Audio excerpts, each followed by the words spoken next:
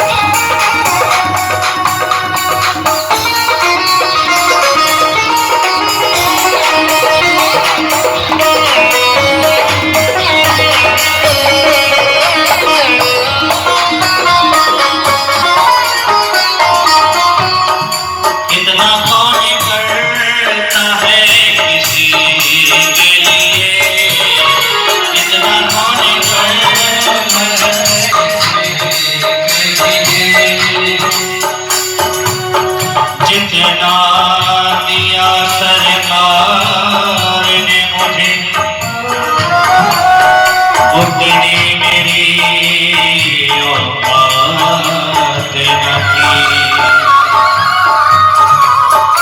कहते हैं कि जितना दिया सरकार ने मुझको उतनी मेरी औकात न थी। और ये तो करम है मेरे कान्हा का, ये तो करम है मेरे कान्हा का, वरना मुझ में ऐसी कोई बात न थी।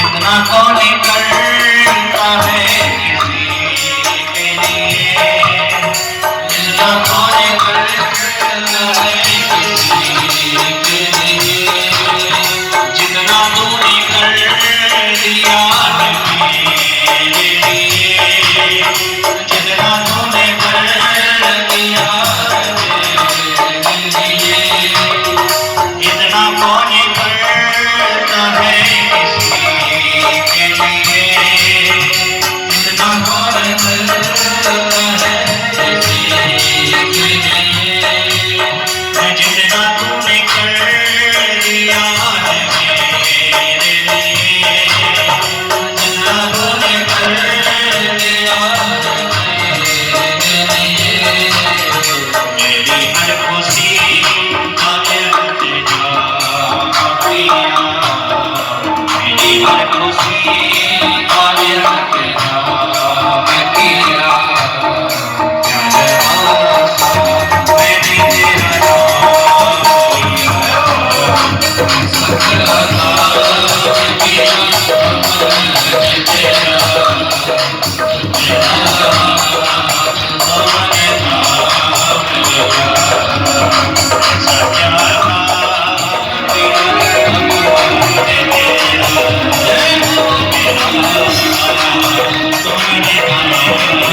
तेरा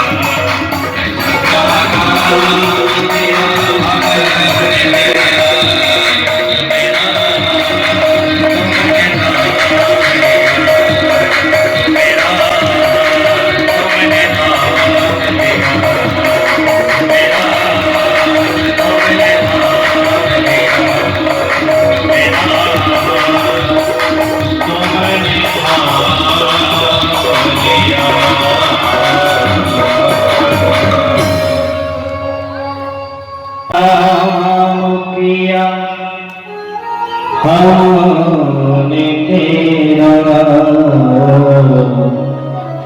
जो मेरा हाथ तुमने थाम लिया,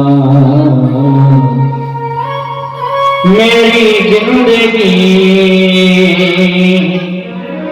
बदली तूने, क्या जरा सा मैंने तेरा नाम लिया।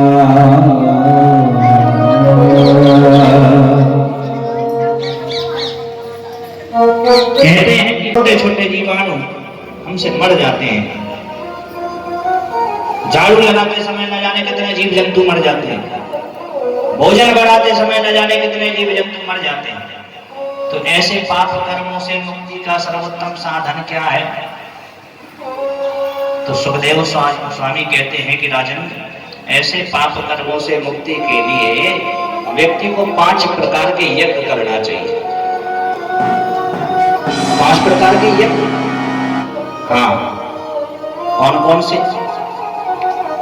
लगभग हमें ऐसा ज्ञात है कि हमारी सभी माताएं करती हैं। पहला, गौ ग्रास रोज निकालो। घर में जब भोजन बनाए तो भोजन बनाते समय पहली रोटी गाय माता के लिए। सबसे पहला अपराध है गाय को पशु मानना। गाय हमारी माँ है, गाय को माँ मानना। 33 कोटि देवी देवता हमारे गाय माता में विद्यमान हैं। हमारे सनातन धर्म की धरोहर है गाय।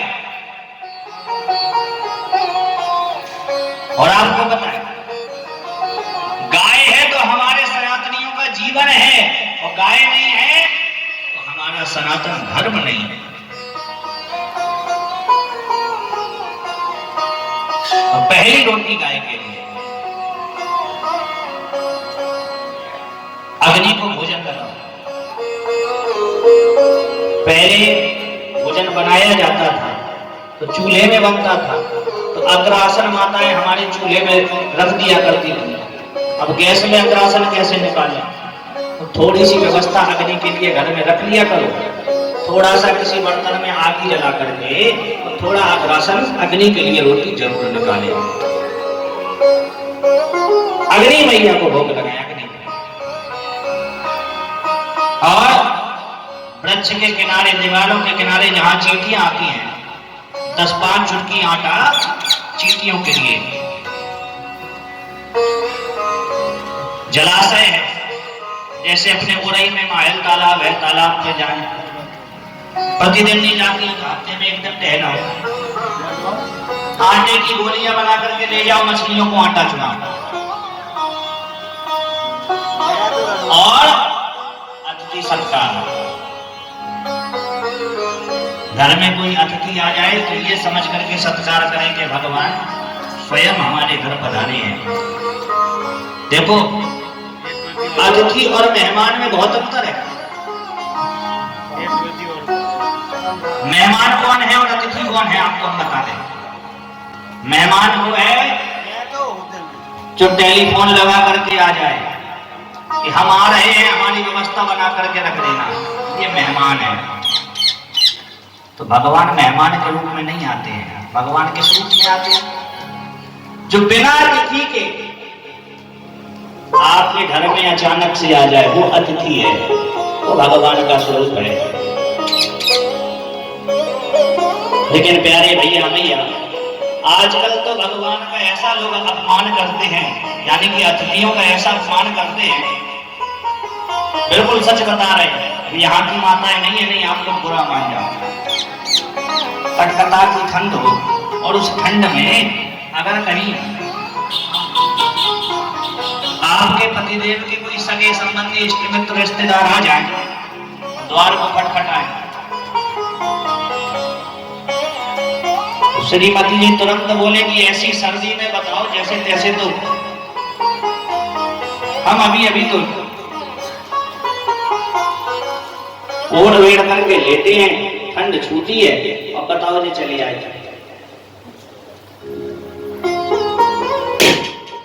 और धोखे से अगर पतिदेव ने कह दिया कि थोड़ा सा भोजन करके नहीं आए हैं, भोजन और जमा दो। हमारे इधर मिलाता है में और भी तो रिश्तेदार रहते हैं, उन्हें क्या चले जाते हैं, हमारे घर चले आए। ईमानदारी से बता दें, रात के भले ही चाहे 12 बजे चाहे 2 बज जाए, मायके से अगर भैया आ जाए, ओहो, तो चाहे इतनी ठंड हो, रजाई एक तरफ, अरे भैया आओ, तुम ऐसे ठंड में चले आए, भूख लगी होगी। भैया भूख कहेंगे नहीं नहीं मम्मी ने भोजन करा दिए थे। अरे नहीं नहीं, इतनी देर हो गई, चलते चलते भूख तो लग ही आई होगी, कुछ तो पाई दो। अच्छा चाय तो पिए दो, ठंड में आए हो तो तुरंत चाय बना करके ले आए। तो अतिथि किसी भी रूप में आ जाए, उसका सत्कार करें, अतिथि का सत्कार करें। घर में द्वार पर अगर भिखारी भी आ जाए तो उसे खाली हाथ नहीं लौटाना चाहिए, कुछ ना कुछ देकर के जरूर लौटाए। ना जाने किस रूप में आकर नारायण मिल जाए। तो जो बिना अतिथि के आते हैं वो अतिथि होते हैं।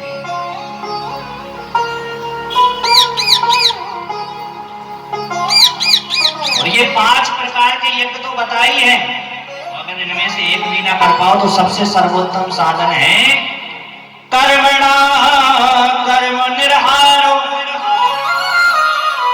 राजन्तिक इत्यते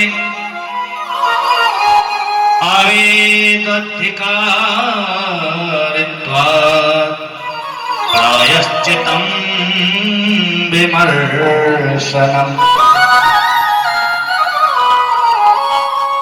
नरक से मुक्ति के लाने, नरक से मुक्ति के लिए प्रायश्चित करें। कोई महाराज किसी के द्वारा प्रायश्चित करता है कोई मुक्ति पाने के लिए प्रायश्चित करता है, कोई भक्ति पाने के लिए प्रायश्चित करता है, कोई ज्ञान पाने के लिए प्रायश्चित करता है, कोई आसन के द्वारा, कोई यम नियम प्रत्याहार के द्वारा प्रायश्चित करता है।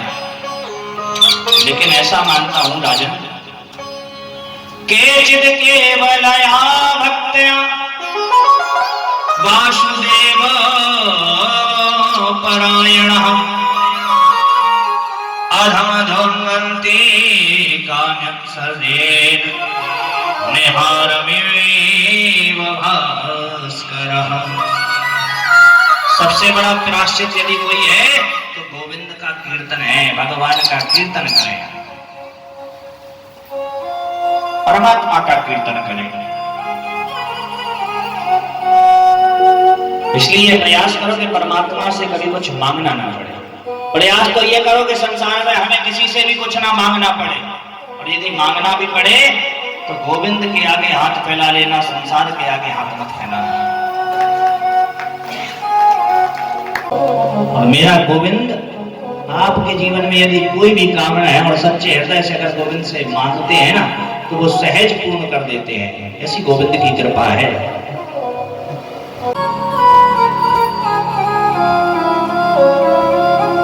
वेदों की ज्ञाता, कर्मकांड में प्रवीण, लेकिन मन बिगड़ गया। देखो, हमारे मन को बिगाड़ने के लिए, हमारे मन में काम प्रविष्ट करने के लिए दो मार्ग हैं। कौन कौन? पहला हमारे नेत्र और दूसरा हमारे कान। यानी कि नेत्रों से हम गलत देखेंगे तो हमारे हृदय में काम प्रविष्ट होगा, और दूसरा कानों से हम गलत श्रवण करेंगे तो हमारे हृदय में काम प्रविष्ट होगा।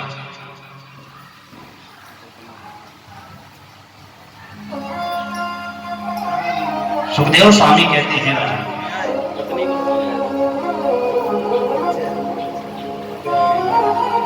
जीवन में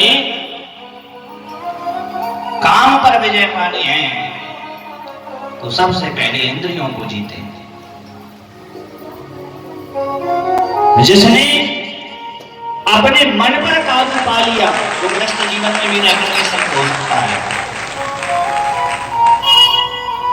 और इन दोनों पर जिसने काबू नहीं पाया वो भले ही कैसा भी वेश धारण कर ले वो संत नहीं हो सकता है। इसलिए मन पर काबू पाना है तो सबसे पहले इंद्रियों को जीतना होगा।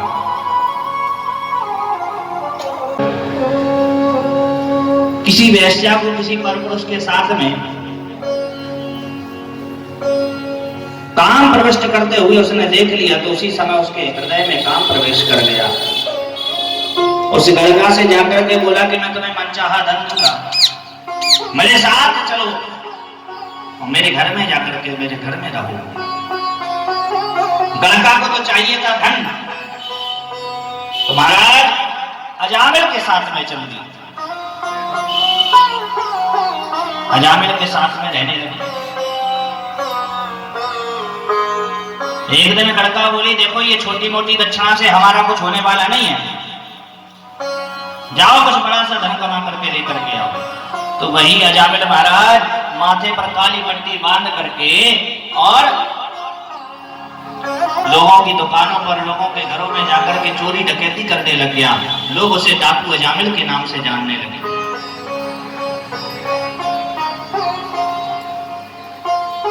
जाकर के चोरी करने लग गया, डाकू अजामिल के नाम से विख्यात हो गया।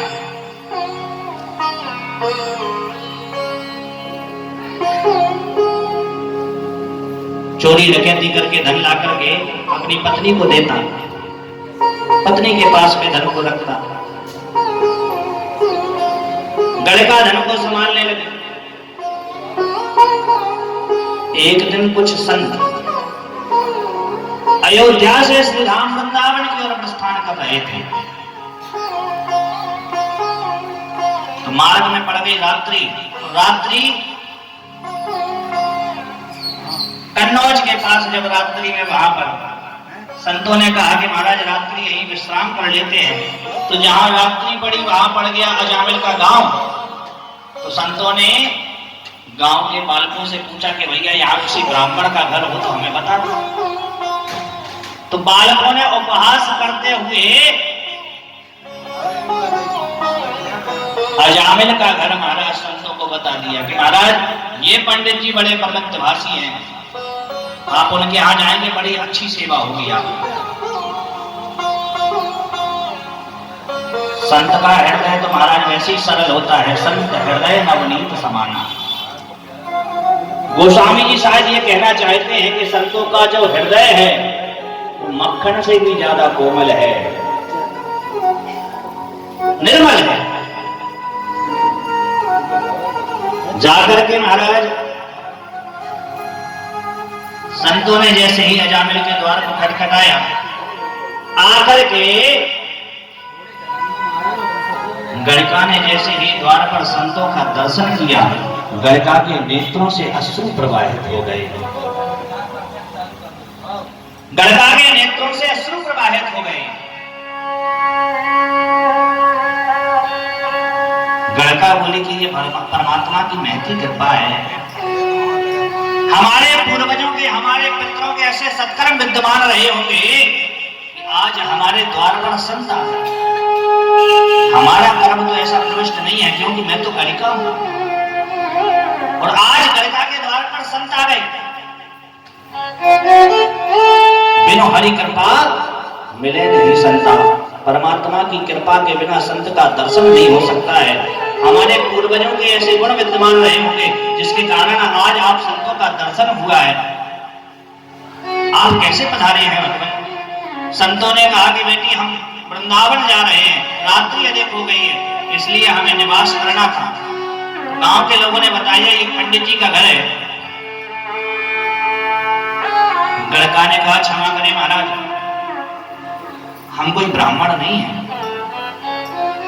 हमारे हाथ का तो आप जल भी स्वीकार नहीं कर सकते हैं, क्योंकि मैं गणिका हूं, मैं आपको कैसे भोजन करा सकती हूँ, क्षमा करें भगवान। तो उन संतों के बीच में जो महंत थे, महंत गणिका से बात कर रहे थे, और जो साथ में संत थे, शिष्यगण थे, वो बोले अरे महाराज चलो, हम लोग गलत जगह आ गए। संत का मतलब होता है जो बिगड़े हुए कार्य को साध दे, वो संत है।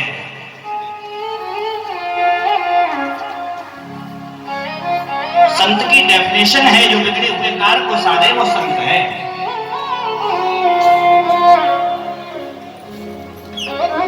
महंत जी ने कहा नहीं नहीं,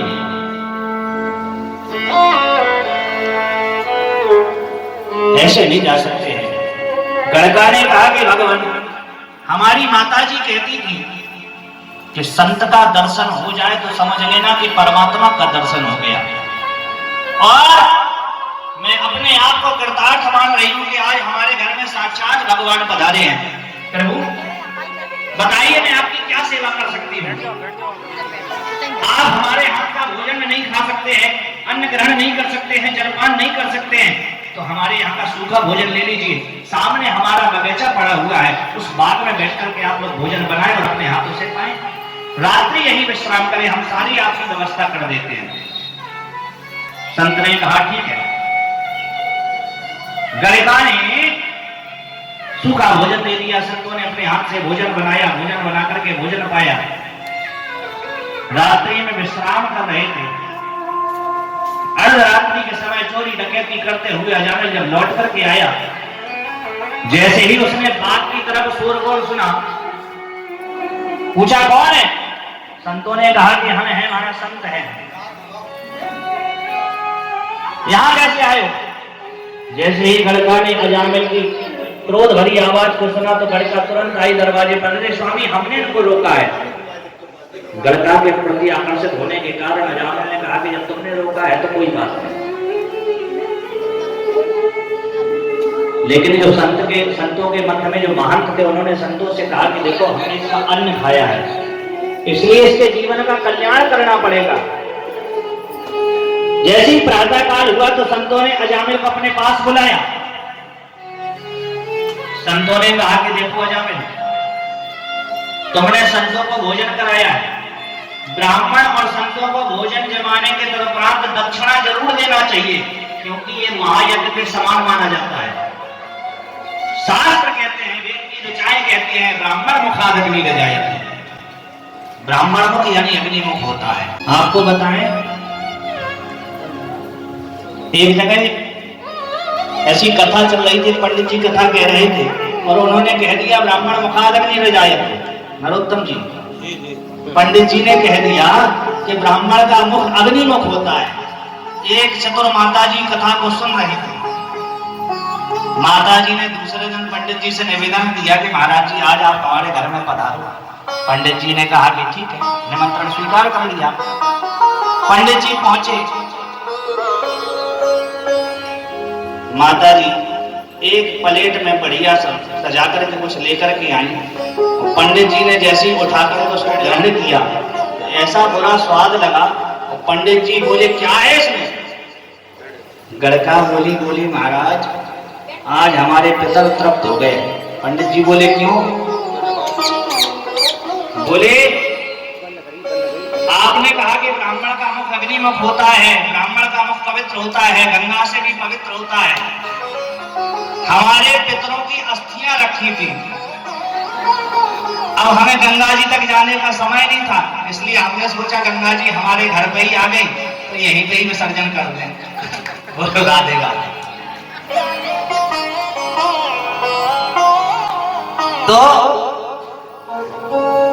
संतों का जो हृदय होता है, संत का काम है बिगड़े हुए काम को साधना।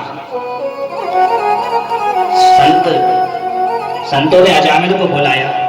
अजामिल से कहा कि बेटा देखो हमने तुम्हारे यहाँ अन्न ग्रहण किया, इसलिए हमें दक्षिणा दो। अजामिल बोला देखो महाराज हमारी दक्षिणा यही समझो कि तुम्हारा ये चमीटा लोटा कमंडल हमने छीना नहीं है, सीधी तरह निकल जाओ, बस यही हमारी दक्षिणा मान लो। संतों ने कहा नहीं महाराज हम आपसे दक्षिणा में कुछ द्रव्य नहीं मांग रहे हैं, हम दक्षिणा में केवल इतना मांग रहे हैं कि आप अपने बेटे का नाम नारायण रख देना। संतों ने एक फल दिया अजामिल को और कहा ये फल अपनी पत्नी को खिला देना, इस फल से तुम्हारी पत्नी को एक पुत्र होगा, उस पुत्र का नाम नारायण रख देना। अजामिल बोला ये कौन सी बात है? पर्यंत पाप कर्म करने वाला अजामिल और फल ले जाकर के अपनी पत्नी को खिला दिया।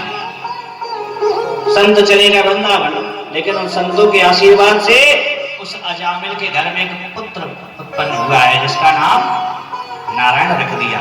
अब तो महाराज कोई भी काम हो, नारायण ये कर देना, नारायण यहाँ चले जाना, नारायण ऐसा कर देना, नारायण इधर आओ, नारायण वो करो। दिन भर में कम से कम 2-4 माला तो नारायण के नाम की अजामिल से हो जाती है। किसकी कृपा से? संत की कृपा से। संत कृपा कर देता है, गुरु कृपा कर देता है तो हमारे जीवन का कल्याण अवश्य हो जाता है। गुरु किसी ना किसी रूप से आपका कल्याण ही सोचेगा कि कैसे भी आपका कल्याण हो जाए। संत किसी ना किसी रूप में आपका कल्याण ही सोचेगा कि आपका कैसे भी कल्याण हो जाए।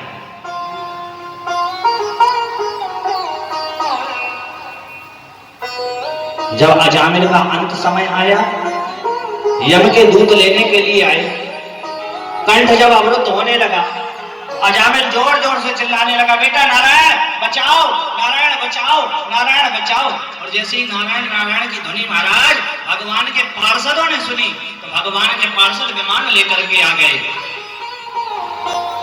एक तरफ से महाराज यम के दूतों ने पल्ला डाला और एक तरफ से नारायण के दूतों ने। यम के दूत कहने लगे इसने जीवन पर्यंत पाप कर्म किया है, उसको हम ले जाएंगे। नारायण के दूत ने कहा इसने अंत समय में हमारे स्वामी का नाम लिया, इसलिए इसको हम ले जाएंगे। यम के दूत बेचारे खाली हाथ सीधे पहुंचे यम लोग। यमराज से कहा कि प्रभु क्या आपसे बड़ा भी कोई स्वामी है? यमराज ने कहा कि हाँ। एकांत में बैठ करके हम जब तुम लोग पूछते हो कि आपसे भी बड़ा कोई है, किसका भजन करते हो? हमारे स्वामी का नाम है नारायण। अगर अंतिम समय में एक बार भी कोई अगर नारायण का नाम जप कर लेता है तो उसकी मुक्ति सुनिश्चित है।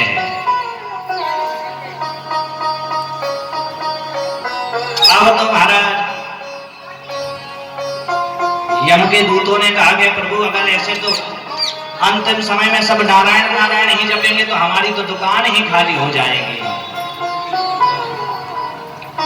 तो यमराज ने कहा कि ऐसा नहीं है, अंत समय कंठ अवरुद्ध हो जाता है तो लोगों को नारायण की याद नहीं आती है, अपनों की याद आती है। इसलिए मैंने आपको बताया था कि नाम का प्रभाव होता है।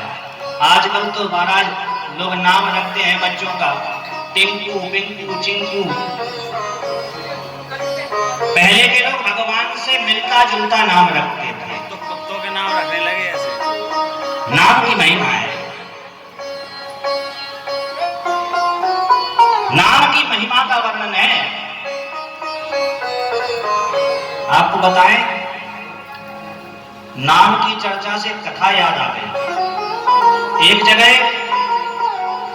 एक शहर की बिटिया गांव में विवाह हो गया। अच्छा, गांव में तो मठा बिलोया जाता है, मटकिया में मठा बिलो रही थी बहू। तो मठा बिलोते बिलोते जैसे ही उसमें जो मक्खन आ गया, गांव में नैनू कहते हैं, शहर में मक्खन। तो बहू रानी ने आवाज लगाई, सासू माता से चिल्लाया, अरे अम्मा देखो आकर के मक्खन आ गया है मटकिया में ऊपर। सासू मैया दौड़ी दौड़ी आई, बोली तुम्हारे बाप बताई ने यही सिखाया तुम्हें? बोली क्यों अम्मा? देखो तुम पप्पा का नाम सरेआम ले रहे। बोली अम्मा हम तो जा कह रहे कि मटकिया में मक्खन निकल आओ। सास बोली देखो फिर तुमने बब्बा का नाम सरेआम लिया, अगर अब तुमने बब्बा का नाम लिया तो हमसे बुरा कोई नहीं होगा। अब बब्बा का नाम था मक्खन सिंह। बहू समझ गई कि मक्खन सिंह बब्बा का नाम है तो मक्खन नहीं लेना है, लेकिन सास ने यह भी नहीं बताया कि इसे नैनू कहना है। कुछ दिन बाद एक दिन फिर बहू रानी मठा बिलोने बैठी। मठा बिलो रही थी, जैसे ही मक्खन ऊपर आया तो बहू रानी जोर से चिल्लाई, अम्मा देखो आए बब्बा डरे मटकिया में। अम्मा दौड़ी दौड़ी आई, बोली ना देखा कल में गए थे मटकिया में घुस गए जाके। तो प्यारे नाम की महिमा का वर्णन है, इसलिए अपने बालकों का नाम भगवान के नाम से मिलता जुलता रखें, क्योंकि अंत समय में हमें अपनों की याद आती है और अपनों के बहाने ही अगर नारायण का नाम ले जाता है तो हमारी मुक्ति सुनिश्चित है। इसलिए प्रत्येक परिस्थिति में भगवान का नाम स्मरण करते रहना चाहिए। हंसते नाचते गाते खाते रोते सोते प्रत्येक परिस्थिति में गोविंद का नाम स्मरण करें।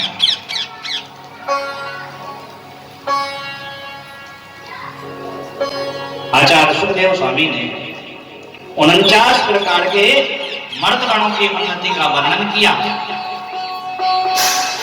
परीक्षित महाराज ने प्रश्न आचार्य सुखदेव जी से किया, राजन मैं कोई तर्क नहीं कर रहा हूं, केवल आपसे जिज्ञासा वश एक प्रश्न करना चाहता हूं। प्रिया सहद ब्रह्मन् भूतानां भगवान स्वयं इंद्रस्यार्थे कथं दैत्या नवधीर विषमो यथा। राजश्री परीक्षित कहते हैं, गुरुवर मैं कोई तर्क नहीं कर रहा हूं।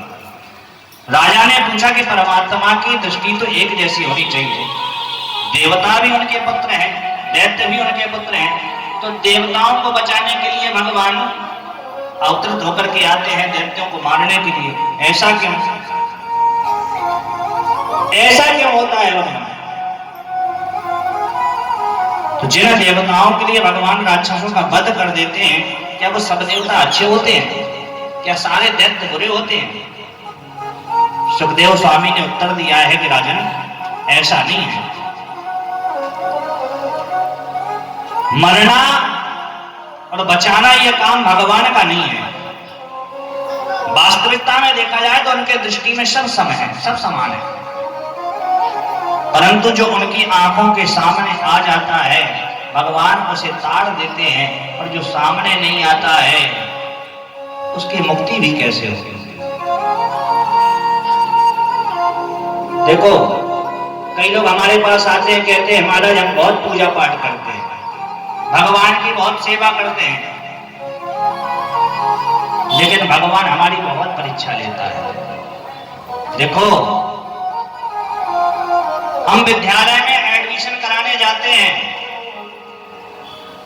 जब विद्यालय में एडमिशन कराएंगे तभी तो हमें परीक्षा में बैठने दिया जाएगा।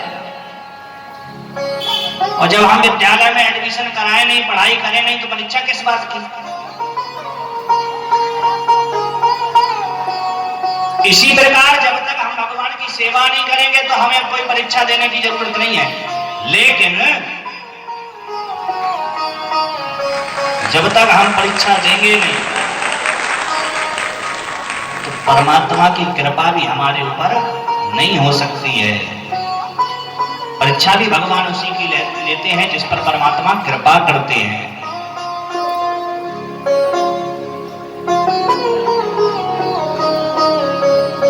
भगवान के मंदिर में जो मूर्ति रखी है, उस मूर्ति से हमें क्या शिक्षा मिलती है? ये कवि की कल्पना है। मंदिर के बाहर रखे पत्थर ने मंदिर के अंदर मूर्ति वाली पत्थर से पूछा कि भैया तुम में ऐसे कौन से गुण विद्यमान हैं जिससे तुम्हें लोग पूछते हैं, और हम में ऐसे कौन से दुर्गुण विद्यमान हैं कि जिससे लोग हमारे ऊपर चप्पल चढ़ाते हैं।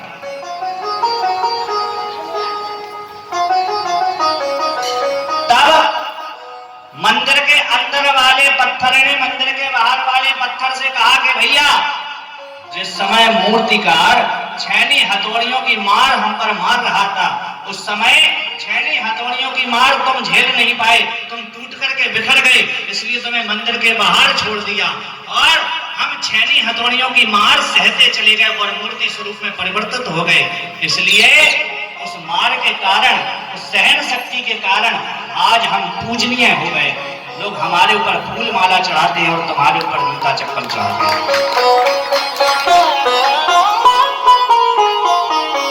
तो संघर्षों से जो जीवन में लड़ लेता है वो पूजनीय हो जाता है, और जो संघर्षों से हार करके महाराज कोई आत्महत्या कर लेता है, जो हार जाता है जीवन से, तो वो पूजनीय नहीं रहता है, उसका लोग तिरस्कार करने लगते हैं। इसलिए जीवन में जितनी भी चुनौतियां मिले उन्हें सहजता से स्वीकार करो। परमात्मा एक ना एक दिन कृपा जरूर करेंगे, ऐसा मेरा विश्वास है। प्रत्येक परिस्थिति में हंसते नाचते गाते खाते रोते सोते, प्रत्येक परिस्थिति में भगवान का स्मरण करते रहा करो। सुखदेव जी कहते हैं कि राजन,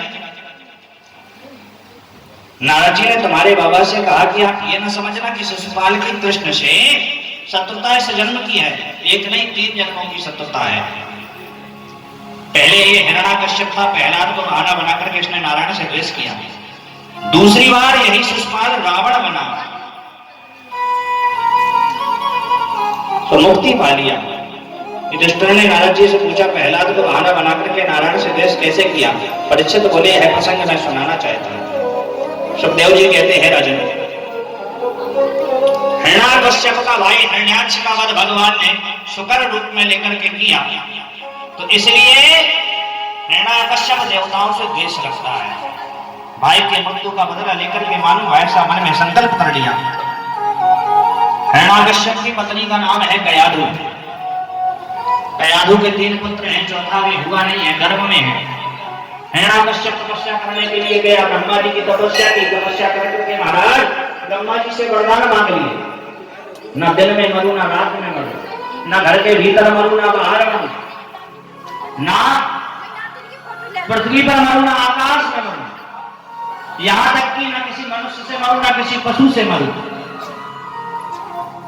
12 महीनों में किसी भी महीने में न मरू, यहां तक कि आपकी बनाई हुई सृष्टि में किसी भी वस्तु से न मरू, न किसी अस्त्र से मरू, न किसी शस्त्र से मरू। ब्रह्मा जी ने सारे वरदान दे दिए। वरदान पाकर के जब लौट करके आया तो कयाधु के पुत्र और हो गया था जिसका नाम प्रहलाद था।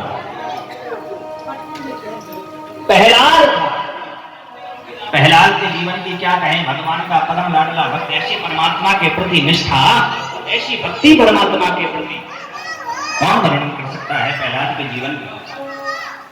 महाराज हिरण्याकश्यप ने गुरुकुल में पढ़ने के लिए भेजा। गुरुकुल में भगवान के नाम का कीर्तन करते हैं। संड और अमर्त नाम के गुरु, उनके पिता शुक्राचार्य उस विद्यालय के प्रधान अध्यापक और प्रधानाचार्य। एक दिन हिरण्याकश्यप ने सोचा अपने बालक को देखकर कि हम क्या पढ़ाई करता है। हिरण्याकश्यप ने प्रहलाद को बुलाया।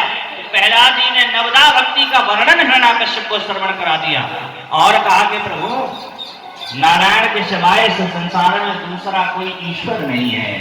हिरण्याकश्यप को क्रोध आया और कहा कि मेरे शत्रु का नाम, गुरु संडावर को कहा कि मेरे शत्रु का नाम सिखाते हो, हटाओ। प्रहलाद को महाराज अग्नि में जलाने को मारने का प्रयास किया, पहाड़ों से गिराने का प्रयास किया, हाथी से कुचलवा करके मरवाने का प्रयास किया, सारे प्रयास विफल हुए। जिस पर परमात्मा कृपा कर देता है उसका कोई बाल बांका नहीं कर सकता है। जिस पर गोविंद की कृपा हो जाए कोई उसका बाल बांका नहीं कर सकता। महाराज पुनः प्रहलाद जी को गुरुकुल में भेजा। प्रहलाद जी ने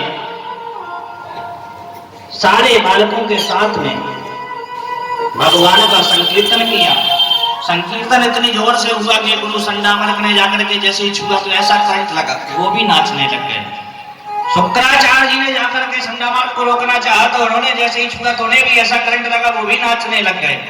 ऐसा कीर्तन में तन्मय हो गए। महाराज हिरण्याकश्यप को जोर का शब्द सुनाई दिया और शब्द को सुनकर के जैसे ही महाराज हिरण्याकश्यप आया और हिरण्याकश्यप ने देखा अगर हिरण्याकश्यप भी छू लेते तो नाचे बिना नहीं रह पाते। उन्होंने तलवार को जोर से धरती पर पटका और तलवार का इतना जोर से शब्द हुआ कि महाराज संकीर्तन होना बंद हो गया।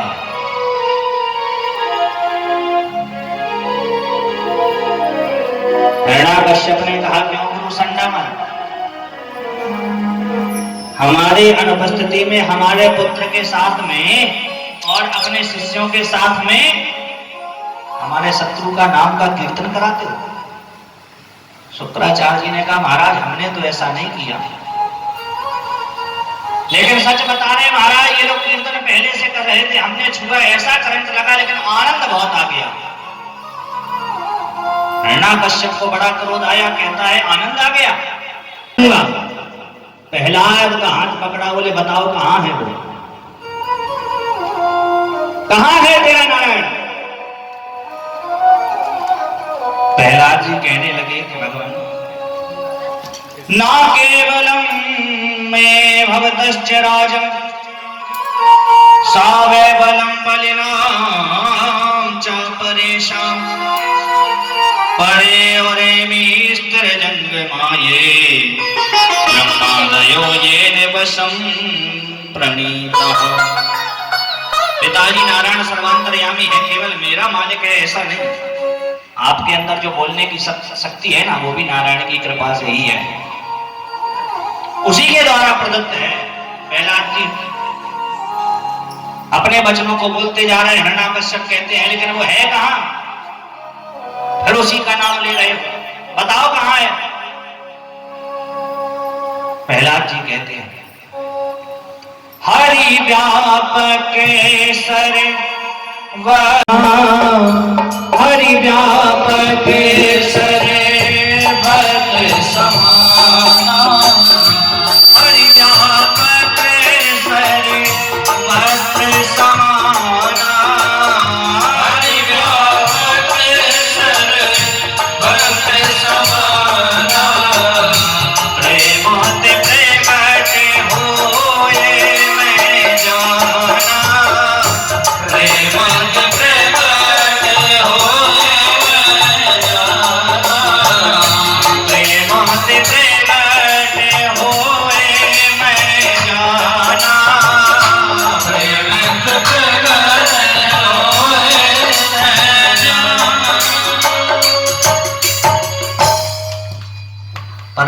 परमात्मा सब जगह व्याप्त है। परमात्मा को प्रकट करना है तो सबसे पहले पिताश्री हृदय में प्रेम को व्याप्त करो। जब तक आपके हृदय में प्रेम की जागृति नहीं होगी, गोविंद मिलने वाला नहीं है। सूर्य अनेक फिरे कर मांगत, पैपद सूर्य सो स्वाद कहाँ। पुरी ताल मजीरा बजाती फिरे, मीरा मतवारी सी चाहे कहाँ। सिया राम कथा कितनों ने लिखी, पर तुलसी सी मर्यादे कहाँ।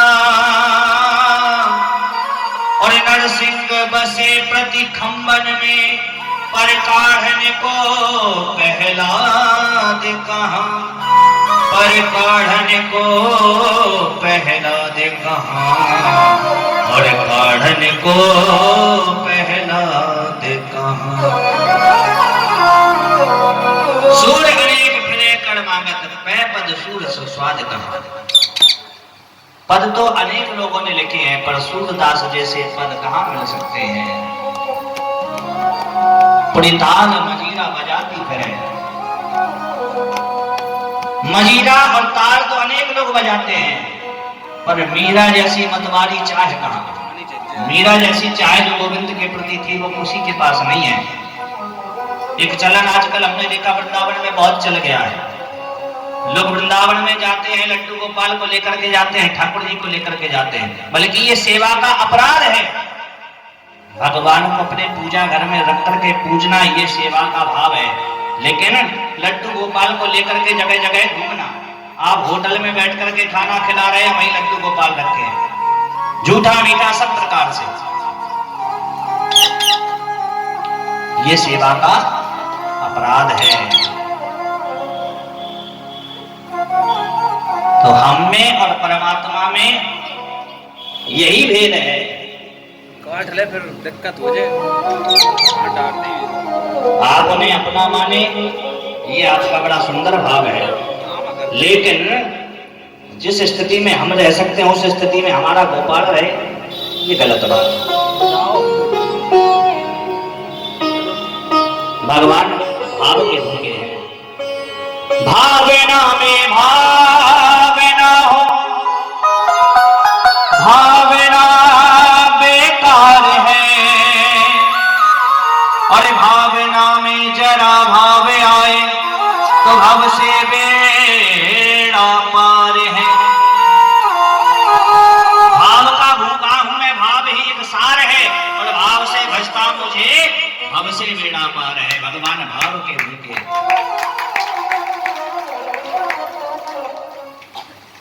बस में होते आए, बस में होते आए। भगवान भगत के बस में, बस में होते आए। भगवान भगत के बस में होते आए। भगवान भगत के बस में होते आए। भगवान भगत के बस में होते आए। भगवान भगत के जय हो।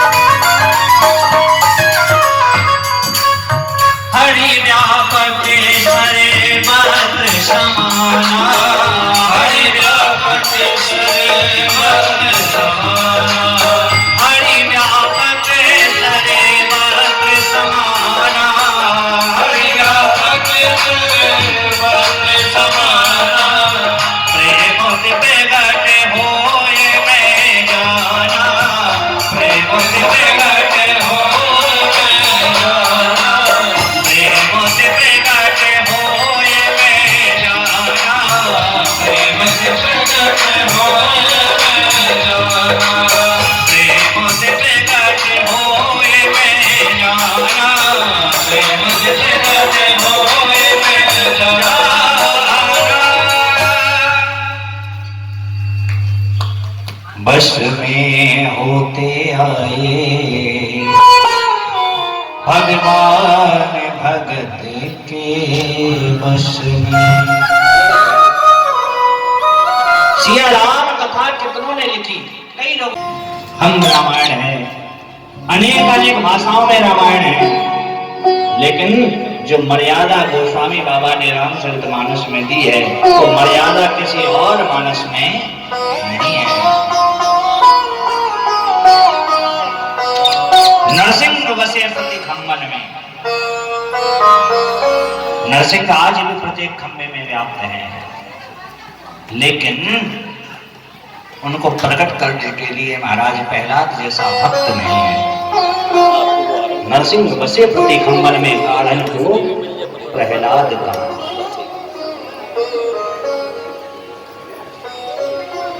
नरसिंह प्रति खम्बन में है।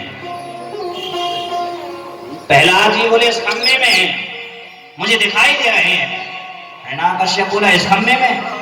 तलवार को निकाला, जोर से हुंकार की, और महाराज जैसे ही खंबे पर तलवार का प्रहार करने जा रहा था, खंबा जोर से फट गया। जोर से शब्द हुआ, हिरण्याकश्यप भयभीत होकर के पीछे गिर पड़ा। भगवान नरसिंह रूप में प्रकट हो गए। बोलो नरसिंह भगवान की जय। इतनी जोर से शब्द करते हैं महाराज, हुंकार भरते हैं भगवान नरसिंह। विकराल रूप देख करके महाराज सब भयभीत हो गए। आज नन्हे से बालक की बात का मान के लिए, बालक की रक्षा के लिए भगवान नरसिंह का रूप धारण करना पड़ा। लेकिन भगवान के सामने समस्या आ गई कि वो हिरण्याकश्यप को दिन में नहीं मार सकते हैं। तो हिरण्याकश्यप से युद्ध करते करते सायंकाल का समय, गोधूली की बेला, जिस समय में भी हम लोग चल रहे हैं, गोधूली की बेला का समय आया। भगवान ने हिरण्याकश्यप को महल के द्वार पर, देहरी पर ले जा करके और उठा करके अपनी जंघा पर पटक लिया। हिरण्याकश्यप बोला कि आप हमें नहीं मार सकते। भगवान बोले क्यों? से मरना किसी पशु से। भगवान बोले तो तुम बताओ, हम तुम्हें मनुष्य लग रहे हैं या पशु? हिरण्याकश्यप बोला आप तो मनुष्य भी लगते हैं और पशु भी। मनुष्य भी नहीं है, पशु भी नहीं है, क्योंकि आपका स्वरूप सिंह जैसा है और रूप मनुष्य जैसा है। फिर भी आप नहीं मार सकते, क्यों? हमने वरदान मांगा था किसी शस्त्र से। भगवान ने अपने नाखून दिखाए, बोले बताओ ये अस्त्र है कि शस्त्र? बोले ना ये अस्त्र है ना शस्त्र, ये तो आपके नाखून है। फिर भी आप हमें नहीं मार सकते, क्यों? हमने वरदान मांगा था कि हम 12 महीनों में किसी भी महीने में नहीं मरे। भगवान बोले ये 13वां महीना हमने तुम्हारे लिए स्पेशल बनाया है, पुरुषोत्तम मलमास का, जो इस वर्ष निकल गया है, ये हमने तुम्हारे लिए स्पेशल बनाया है। हिरण्याकश्यप बोला हो, महीने भी महाराज 13 होते हैं, हमें पता ही नहीं था, पहले 13 मांग लेते। किसी भी वस्तु से ना मरे। भगवान बोले अरे मूर्ख, ब्रह्मा हमें थोड़ी बनाता है, बल्कि ब्रह्मा की उत्पत्ति हमसे हुई है। भगवान के नाम एक तंतु से ब्रह्मा जी का प्राकट हुआ है। हिरण्याकश्यप बोले ओ तो आप ही हैं नारायण? भगवान बोले हाँ मैं ही हूँ नारायण, मेरी ओर देखो, मैं तुम्हें मुक्ति दूंगा। हिरण्याकश्यप भगवान की ओर टकटकी लगा करके देखता रहा। भगवान ने अपने नाखूनों से हिरण्याकश्यप का पेट चीर करके उसकी अंतड़ियों को निकाल करके माला बना करके गले में पहन लिया। हिरण्याकश्यप के शरीर से दिव्य ज्योति निकली और भगवान के हृदय में समाहित हो गई। बोलो भक्तवत्सल भगवान की जय। भगवान ने हिरण्याकश्यप का वध किया, प्रहलाद जी को आशीष दिया।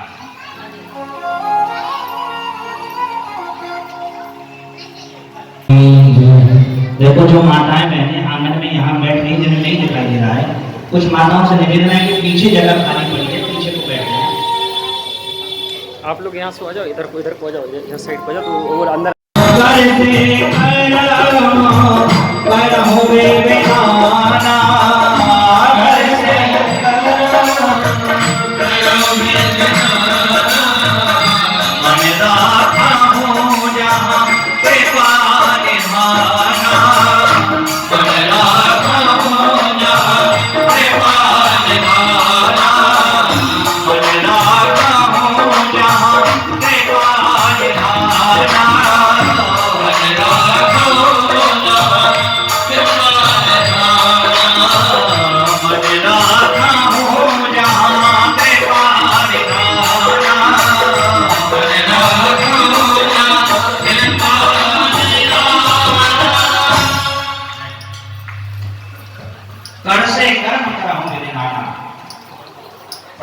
सिर्फ कहते हैं कि हम भगवान को याद नहीं करते, ऐसी बात नहीं है।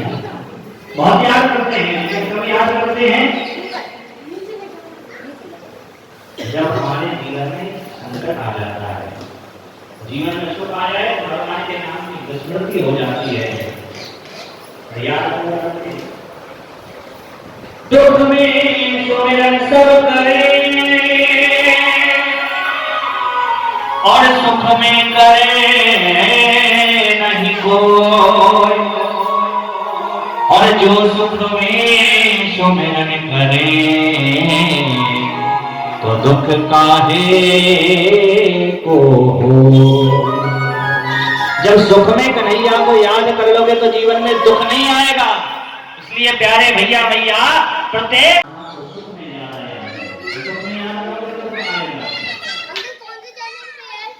ये फोकस न्यूज़ पे है, फोकस न्यूज़ पे आएगा। फोकस न्यूज़ है, फोकस न्यूज़। कब आएगा? कल की आज? ये आएगा सुबह, आएगा 7 बजे। कल सुबह कितने बजे? 7 बजे। 7 बजे।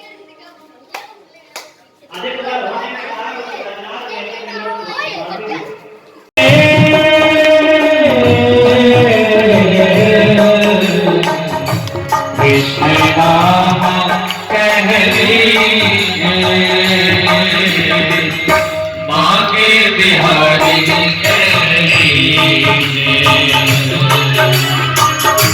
कृष्ण नाम कह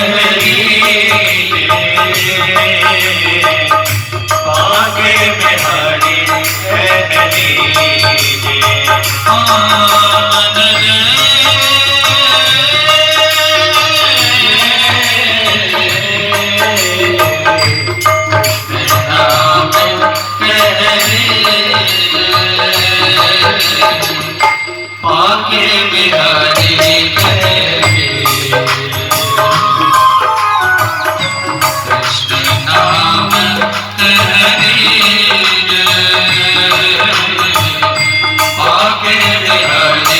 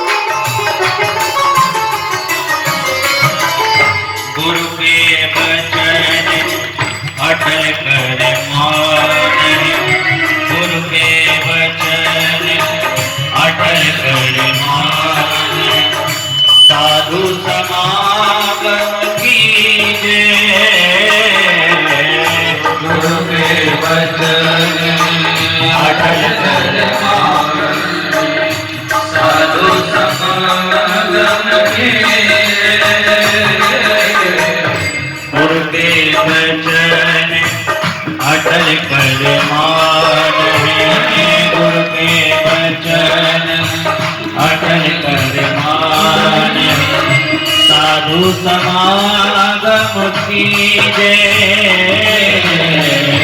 गुरु के वचन अटल जग मान साधु समागम कीजे मन रे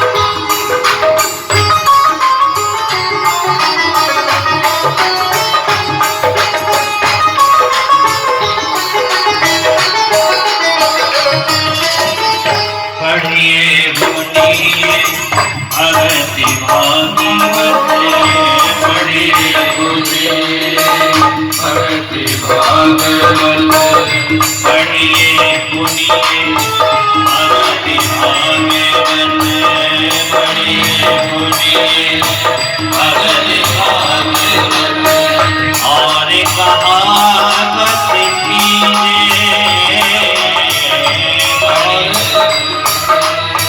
भगति भागवत और कहावत कीजिए कृष्ण नाम बिनु जन्म बाधे कृष्ण नाम बिनु जन्म बाधे वृथा काहे लीजे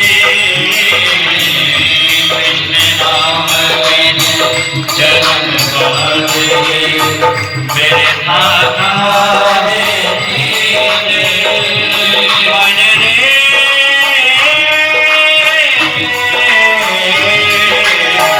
कृष्ण नाम कह लीजे पाके बिहारी कह लीजे मन रे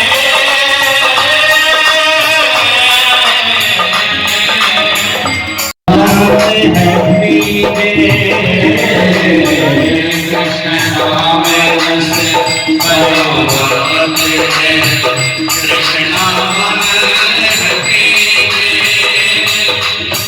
सूरदास हरि शरण सागिए सूरदास हरि शरण सागिए जन्म सफल कर लीजिए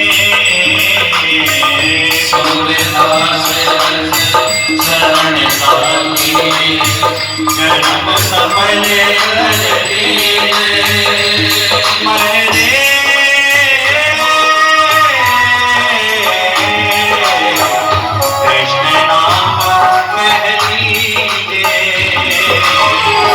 आके बिहारी कह लीजिए मन रे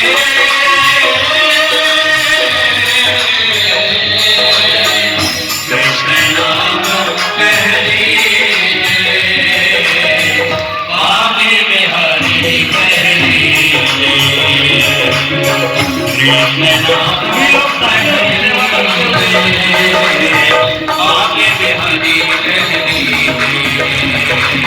कृष्ण नाम आगे बिहारी कह लीजिए कृष्ण नाम कह लीजिए आगे बिहारी कह लीजिए